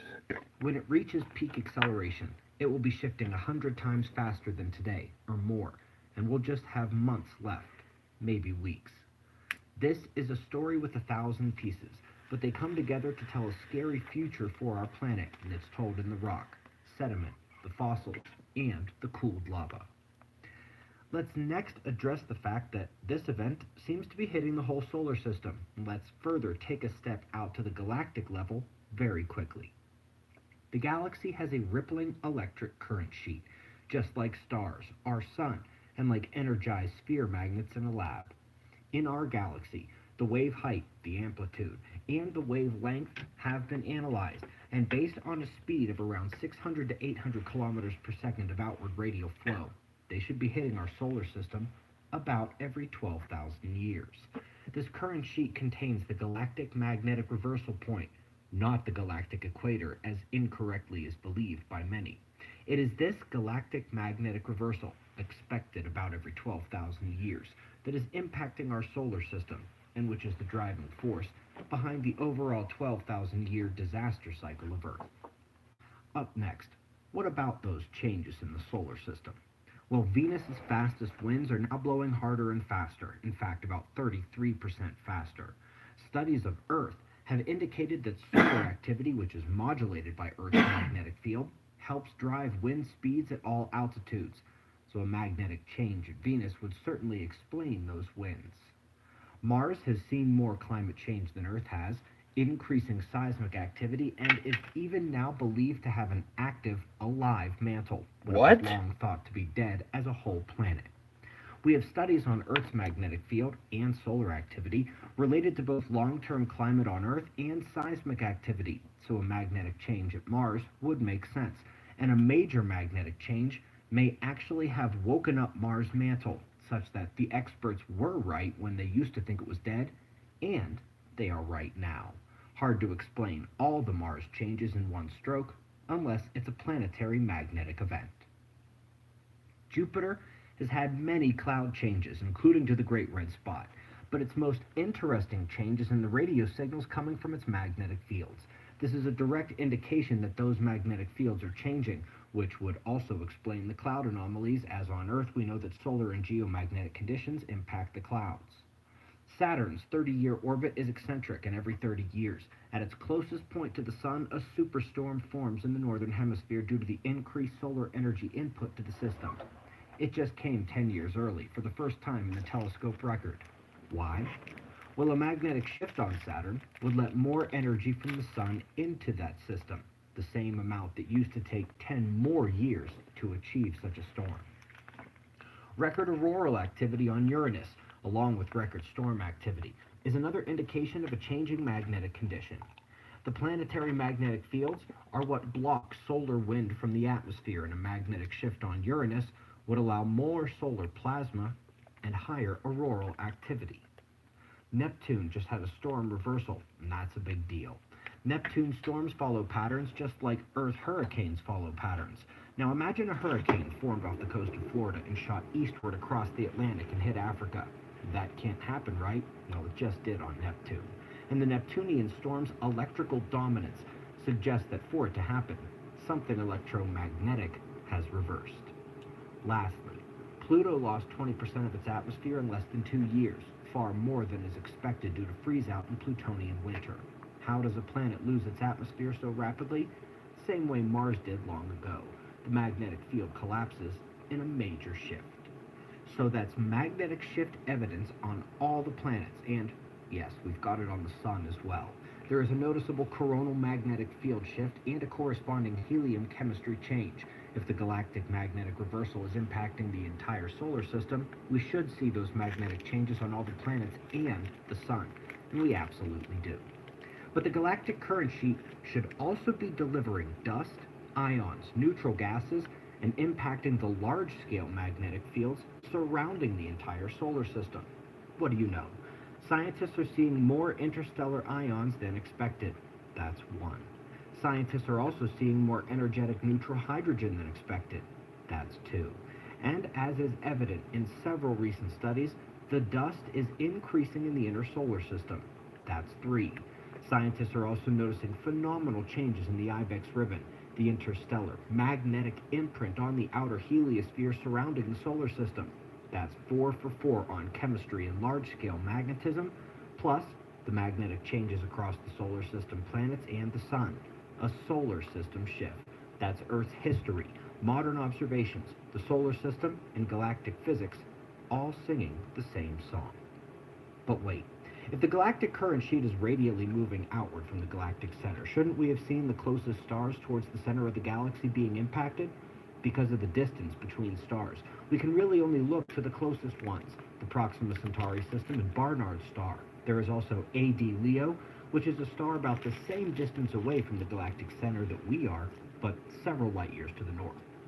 All three have had outburst activity at superflare levels or higher. Barnard's star first, as it's furthest away in line.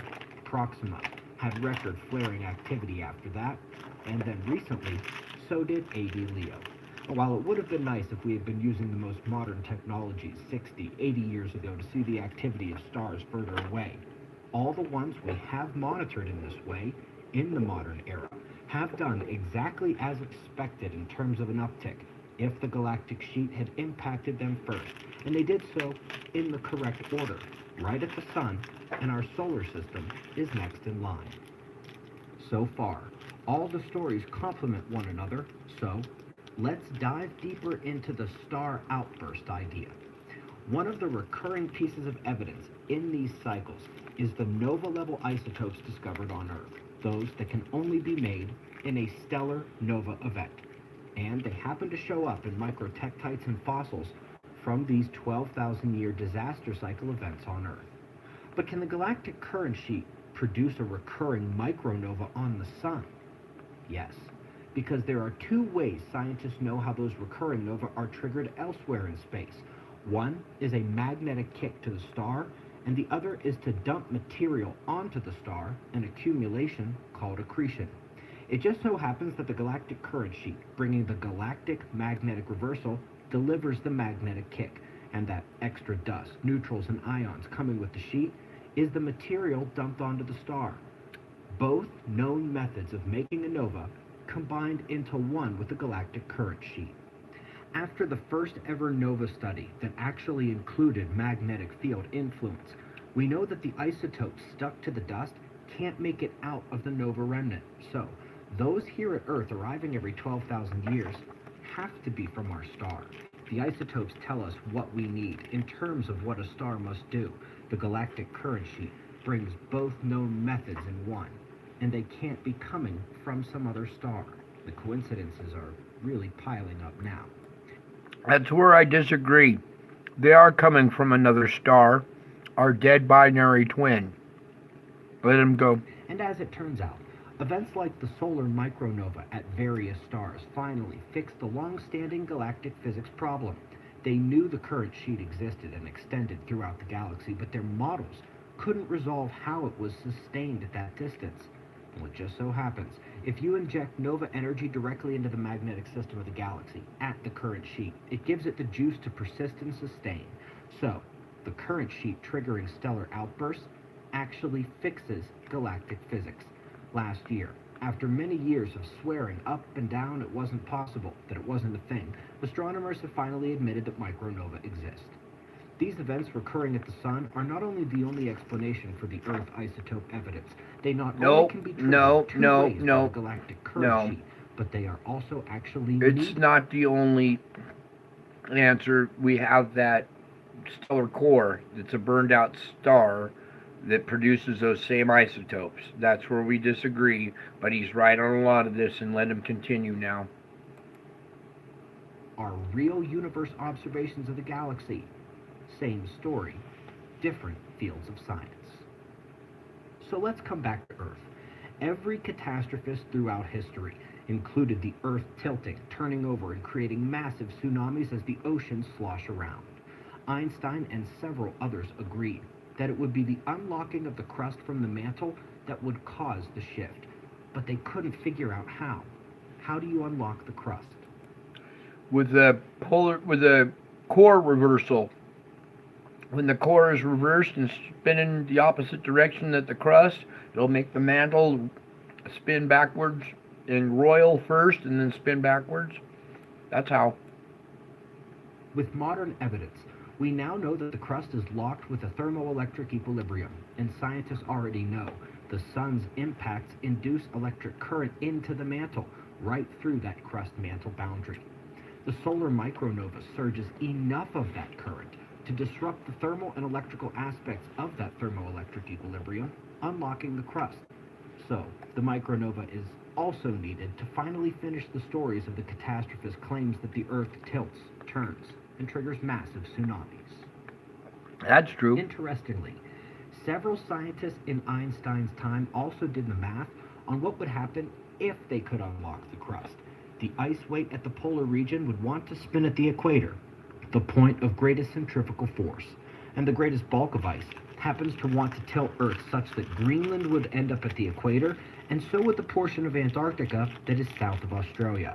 This would put the Bay of Bengal in the Indian Ocean and Peru at the North and South poles, which is exactly what was predicted long ago by several other catastrophists who didn't have that ice math from Einstein's time.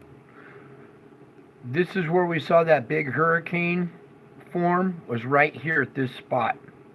That's why I was wondering if we were having a pole reversal event, because that was such a gnarly vortex that kicked off right here, right in the center of this spot is where that vortex kicked off. And it slowly lingered and came down here and then rounded off and became a hurricane and came at Africa. That's the one that bounced off and struck like 3 different times, okay? I forget the name of it. Freddie? Yeah, Freddie. Thank you, Lord. Hurricane Freddie that came out of that region right there. This would be the other pole. This is that focal point over by Colombia where we're seeing not this inside focal point, but the little tip right at South America. And when we go over to this place, to this pole where it would be, where it previously was, there's an island right there with a volcano on it that was the southern pole at one time. And we'll go into that later, okay? But this is going possibly, see, here's our pole up here. It's moving in this direction. The other southern pole is down here, and it's moving in that direction. They're both moving to collide at this point right here. And once they collide, that'll be the new magnetic pole. Then the charge will jump through the core and make this the opposite pole. Got you good. Let's continue. Is absolutely amazing, but it's not just a two-way coincidence there. The magnetic poles are already moving, as we mentioned, and they are set to meet one another, to collide in the Bay of Bengal, with Peru, of course, being on the opposite side of the planet.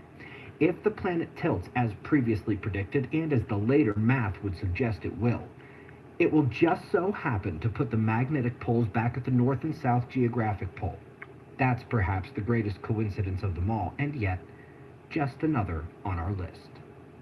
The story grows even more interesting when we realize that religious texts and mythological stories say exactly this will happen, from the earth swaying to and fro like a drunkard, to the black sun and days of darkness, which would be caused by the material accumulating on the black sun and days of darkness, which would be caused by the material accumulating on to the black sun and days of darkness, which would be caused by the material accumulating on the sun before the micronova, to the great waves and floods and fire and volcanoes and the loss of species. Now, how in the world do those old stories now match the science? Not only the science, but the humanity as well. The culture of us humans today makes the entire world seem like one giant Sodom and Gomorrah.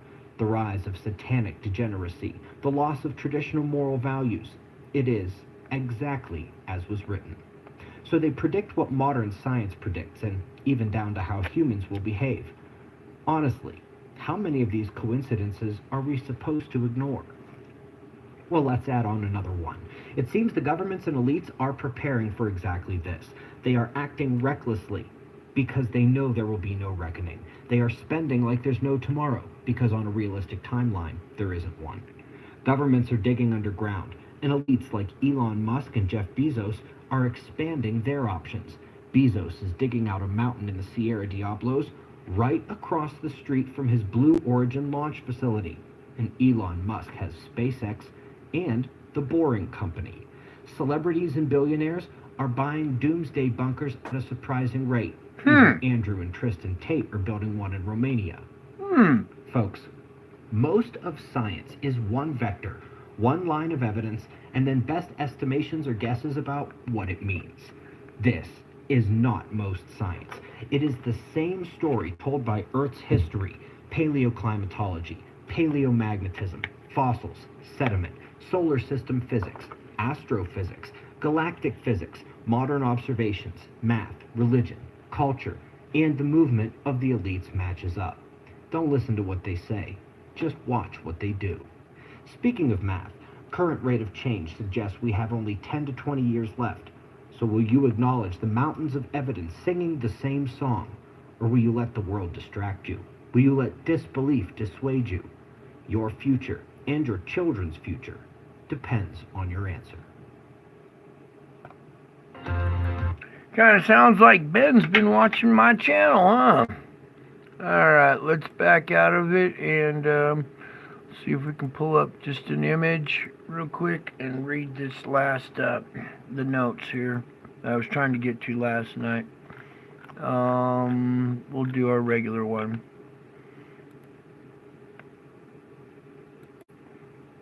Captured. Okay, Jesus in the clouds there. Let's go to where it's zoomed up just a little bit. What appears to be Jesus in the clouds here. So I need you to tilt your head to the right about 45 degrees. And here's an eye, his other eye, his nose, his mouth, his chin and beard, his hair flowing back like this. And you can make out a crown up here above his head. That crown is hovering over his head. There seems to be almost a little halo around his head too. And once you see that image, we can zoom in just a little bit tighter. There you go. Alright, there you go. Let's leave that image sitting there.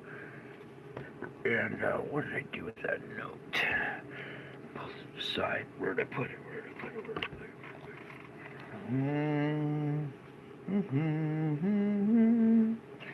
Okay, I'm just gonna bang this out real quick and get her done. Oh wait, I need the headset. Okay, I hope you enjoyed tonight's show. Let me get this image just right for you guys. Alright, you can see Jesus there with his crown hovering over his head. Let me just tell you, this event was an hour-long event that took place on Easter. Okay? Over my head. Along with all these other events. Okay? I am your living Lord, your rock, your Savior God. Spend time pondering my greatness and my endless commitment to you. You live in a culture where vast numbers of people are leery of making commitments. Even those who say I do often change their minds later and leave. I, however, am forever your friend, your forever friend, and the eternal lover of your soul. You are utterly secure in my love. Instead of focusing on the troubles in your life and in your world, remember who I am. Not only am I your living God and unchanging rock, I am also God, your Savior. Because I am the everlasting God, my death on the cross for your sins saves you the uttermost. So, you don't need to worry that I'll stop loving you because your performance isn't good enough. It is my goodness and my righteousness that keep you secure in my love. Let my unending commitment to you be a comfort as you journey through this trouble-filled world. And someday you will live with me in paradise. Okay? I hope you enjoyed tonight's show. Learned a lot. I gotta go. It's 3:24 in the morning here, and special things happen at that time. So hope y'all enjoyed. I love y'all. God bless y'all. And until my next live stream, probably tomorrow night, late night with Brian Knight. I'll wait for it to turn 3:24 here on my clock, and then we'll sign out at that magical moment, that magical number. It's all over the place. Go look up 1940. In 1940, Easter was celebrated on March 24th. Go look it up. March 24th is Easter. It's 3 days after spring. It's not 2 weeks after a full moon, after, whatever. It's 3 days after the vernal equinox. Okay? March 24th is Easter. Go look it up. Okay? And there goes the clock. It turned 3:24. That means it's time for me to sign out. I have battle to do, and I love you. Until my next stream, I'll be back. God bless you all.